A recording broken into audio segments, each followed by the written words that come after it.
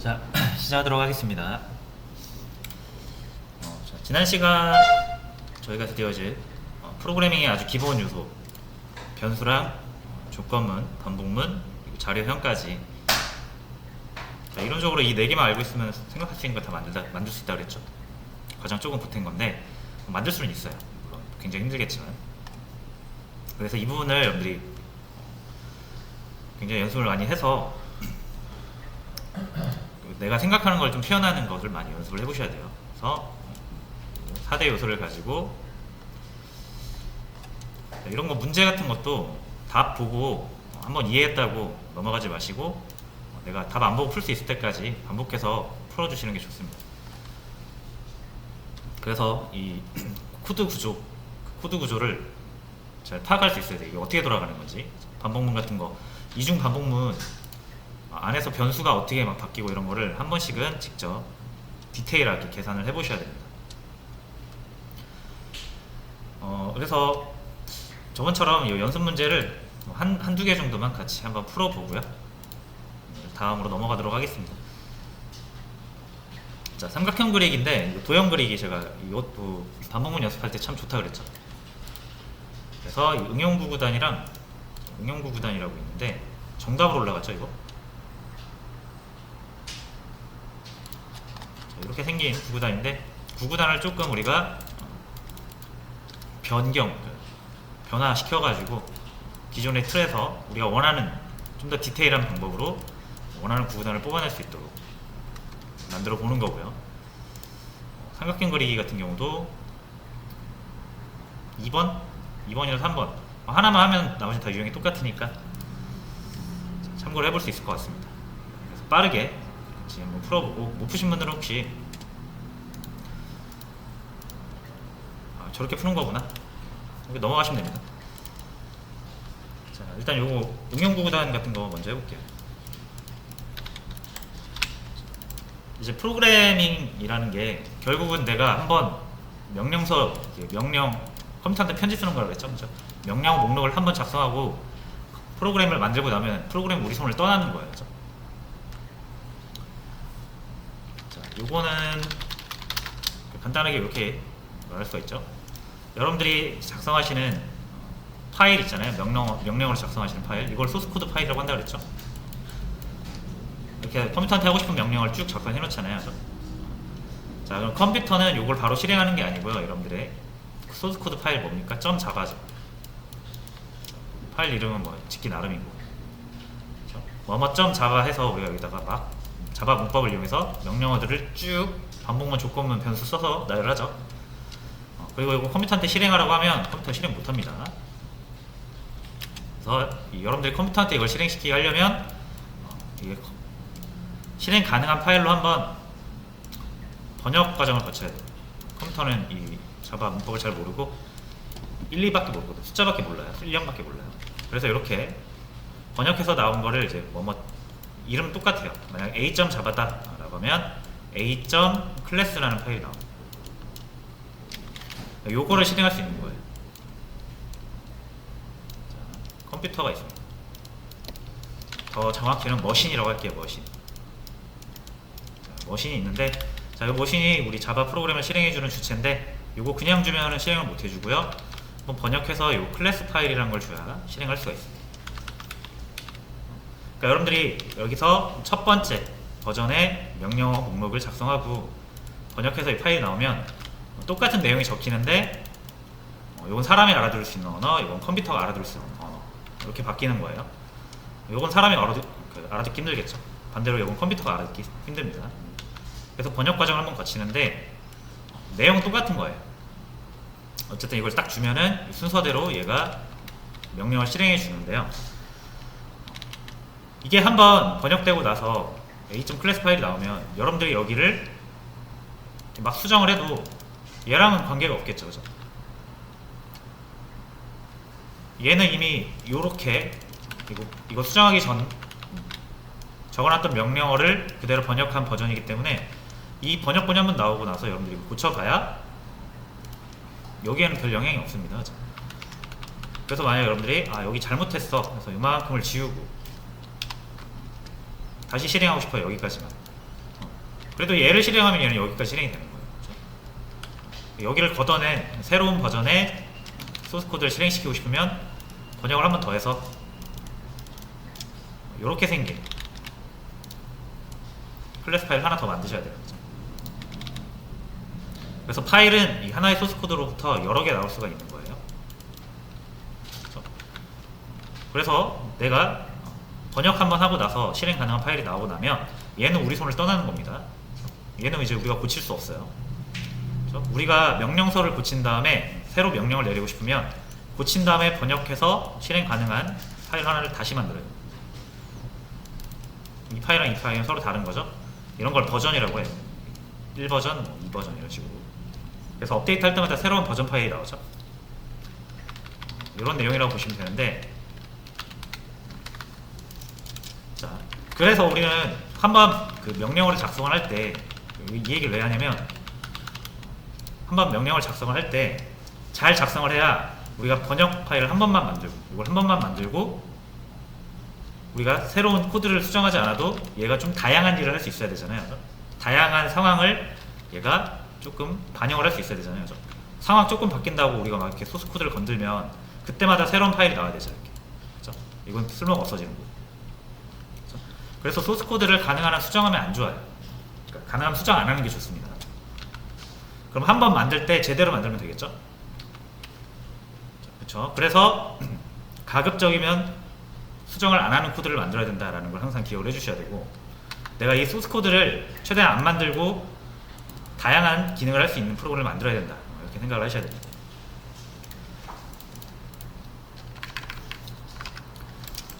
자, 그래서 이제 구구단 같은 경우, 그리고 지난 시간 복습 한번 해보면, 그리고 단으로 하나 정하고요. 9까지 올려줄게요. 2단부터 9단까지 이렇게 하면 되겠죠? 곱, 얘는 1부터 9죠. 우리가 기존에 알고 있는 9구단이라고 하면요. 이렇게 해주시면 단, 그리고 옆에는 곱하기 문자 하나 오고요. 그렇죠? 그 뒤에는 곱할 숫자 곱, 그리고 이퀄도 하나 이렇게 붙여주시고 문자로, 결과는 단 곱하기 곱.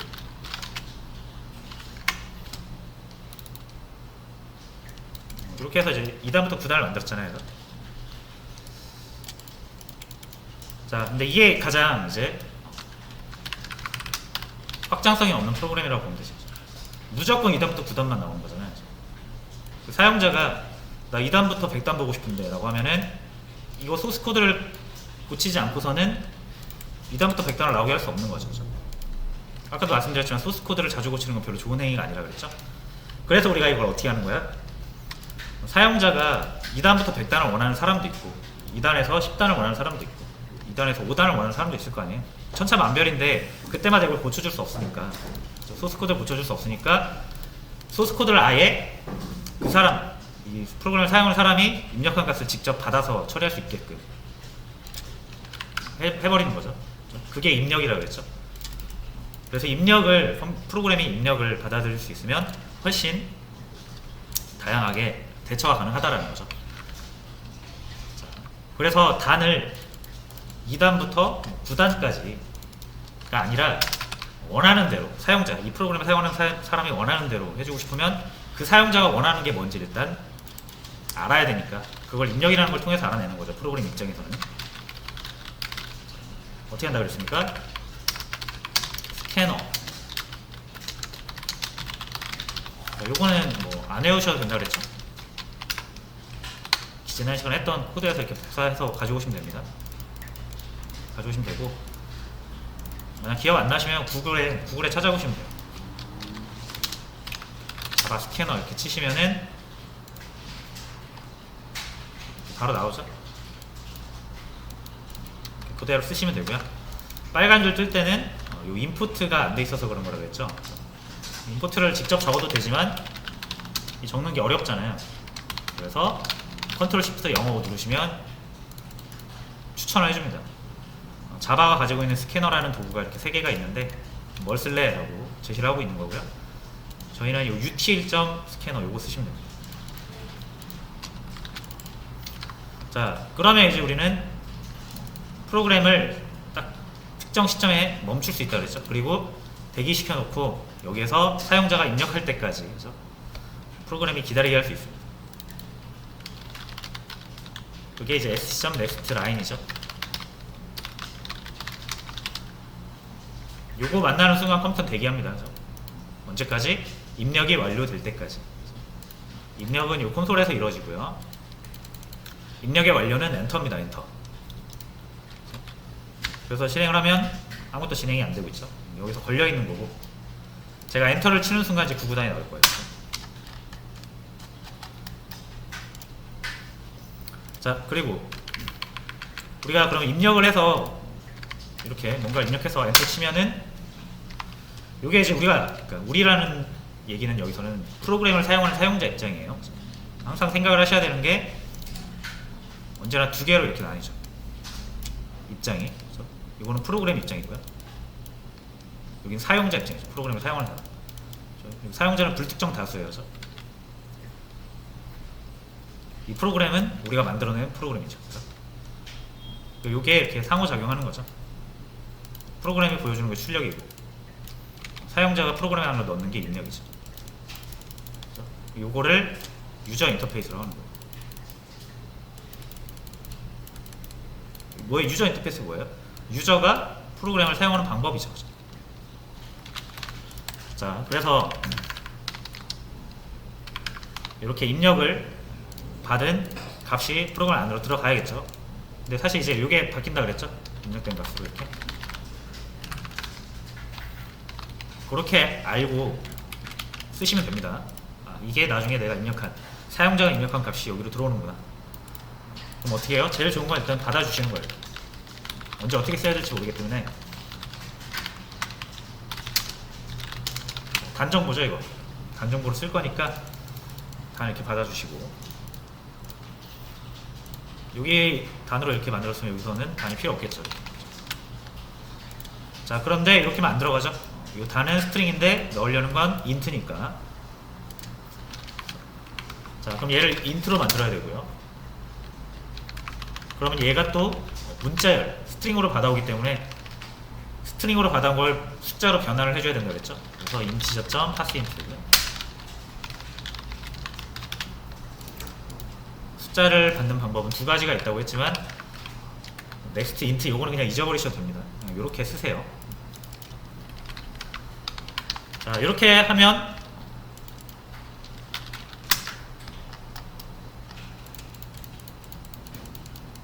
잘못했네요.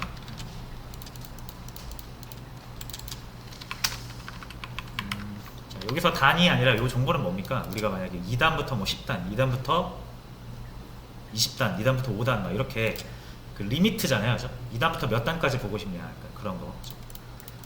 그래서 여기서의 이제 리미트가 그런 역할인데, 일단 무조건 9까지 나오겠죠? 단이 9까지밖에 안 올라갈 테니까. 그래서 여기를 21로 하면 이게 더 편하겠네요. 20으로 하면 20단까지 올라가겠죠.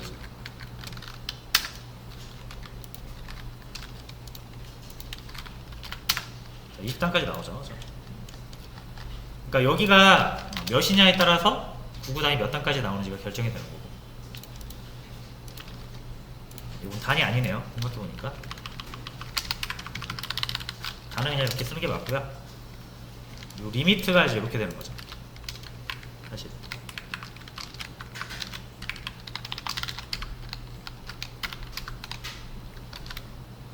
이렇게 숫자 하나 받아주면 이제 요거를 여기다 이렇게 써주는 거예요. 그럼 내가 입력한 값이 이제 곧 나오는 구구단의 리미트 수가 되겠죠. 자, 그리고 보통 이제 사용자 입장에서 그죠? 이렇게 깜빡깜빡하고만 있으면 뭐 하라는 건지 모르니까 보통 입력을 요구하기 전에 이렇게 설명을 합니다. 출력을 통해서.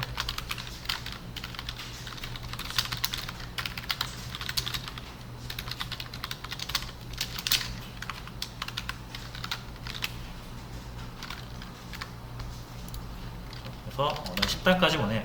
10단까지 나오는 거고. 20단까지 보내. 20 하면 20단까지 나오는 거죠. 그래서 이 9구단이 2단부터 10단, 2단부터 뭐 15단, 2단부터 20단 이렇게 나오는 데 있어서 소스 코드를 건들 일이 없죠. 이런 게 바람직한 겁니다. 프로그램이 다양한 기능을 제공을 해야 되는데 소스 코드에 수정 없이 제공이 될 수 있는 게 가장 베스트다.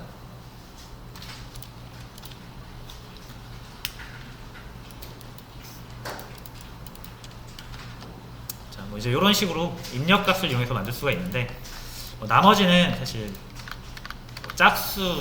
짝수단에서 홀수고 문제 한번 다시 볼게요. 자, n단에서 m단까지. 그러니까 요거 9구단의 시작과 끝도 이렇게 정해놓지 말고 n이랑 m이라는 변수로 만들어 놓고 언제든지 바꿀 수 있게 해주는 거예요. 곱도 리미트 곱까지. 지금은 뭐 1부터 9까지지만 뭐 10곱까지, 100곱까지 우리가 정할 수 있는 거죠. 그리고 이제 요거는 짝수곱, 홀수단만 나와달라고 했는데 요거는 하나의 제약이죠. 요거 반복문 안에서 원하는 것만 뽑아낼 수 있냐 그런 거죠. 그래서 요거 n 요것도 4에서 19 하면 4단부터 19단까지 라는 얘기가 되겠죠. 이렇게 바꾸면 2단부터 100단까지. 그럼 얘가 어디에 써야겠습니까? 이것도 잘못 썼네요. 죄송해요. 요거 리미트는 여기로 가야 됩니다. 그래서 원래 1부터 9까지 곱인데 리미트를 내가 몇으로 넣느냐에 따라서 곱의 개수가 바뀔 거고요. 자, n과 m은 시작단, 끝단이죠. 자, 단은 2단부터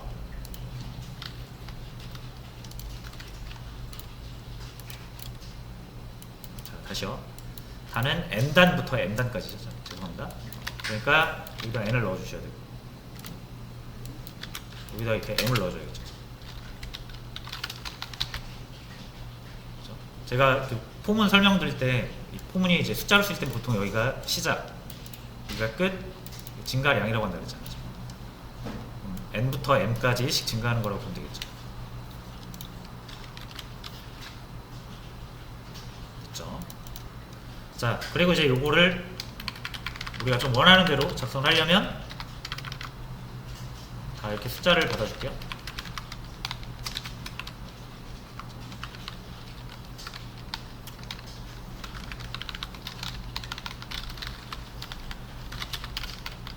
이거를 이렇게 바꿔볼게요. 첫 단 숫자, 요거는 마지막 단 숫자.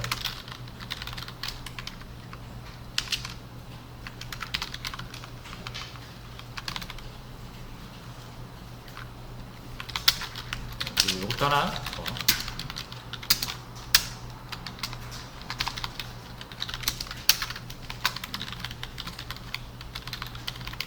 곱의 개수. 이렇게 해서 3개의 숫자를 받아줄게요. 자, 요거 이해되시죠? 요거 출력되고 입력 한번 들어갈 거고요. 그 다음 거 출력되고 요거 입력 한번 들어갈 거예요. 출력되고 들어가요. 요 3개를 조합해서 9구단을 만드는 거죠. 첫 단 숫자는 4로 하겠습니다. 마지막 숫자는 19. 곱의 개수는 5개 정도로 해볼게요. 4단부터 5개씩 곱해집니다. 5단, 6단, 19단까지 나옵니다. 이런 식으로 내가 9구단의 어떤 결과물을 코드를 건들지 않고 요 입력 행위를 통해서 자유롭게 바꿀 수 있다라는 거. 자, 여기서 이제 곱 같은 경우는 짝수곱만, 단 같은 경우는 홀수단만 나오게 하고 싶다라고 했을 때는 여기에서 이걸 할 수 있으려면 이 9구단 이중 반복문이 어떤 구조로 어떤 식으로 실행되는지를 파악을 해야 할 수 있는 거겠죠. 자, 이 포문 같은 경우는 단이 하나씩 올라가는 거고 요거는 곱이 하나씩 올라가는 거죠. 그러니까 요게 한 단을 만들어주는 거죠. 요게 한 단을 만들어주고 단이 바뀔 때마다 이게 계속 반복이 되는 거니까 곱에 대한 내가 어떤 것을 캐치하고 싶을 때는 여기서 하면 되고 단에 대한 어떤 것을 캐치하고 싶을 때는 여기서 하면 되죠. 자, 그럼 곱에서 먼저 짝수, 이게 짝수 곱일 때만 나오면 되죠. 이럴 땐 무조건 if문이라고 그랬죠. 뭐가 될 때도 있고 안 될 때도 있고 하면 무조건 if문입니다. 그래서 언제? 곱이 짝수면 실행해라. 곱이 짝수면 실행해라. 이렇게 하면 되고 요게 요 반복문 하나가 단 하나 만들어주는 거잖아요. 그러니까 요것도 이 단이라는 숫자가 홀수일 때만 실행하면 되겠죠. 요 전체를 이렇게 if문 안으로 넣어주시면 되겠죠. 언제? 단이 홀수일 때만, 홀수일 때만은 뭐예요? 이렇게 해도 되고요. 이게 짝수일 때잖아요. 짝수가 아니면 홀수죠. 이렇게 해도 됩니다.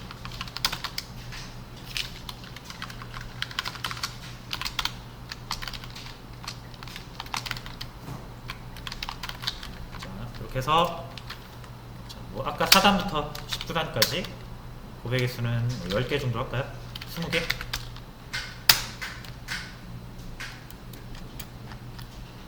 그럼 홀수단만 나오게 되고 곱은 20거예요. 20개인데 20개 다 나오는 게 아니라 짝수만.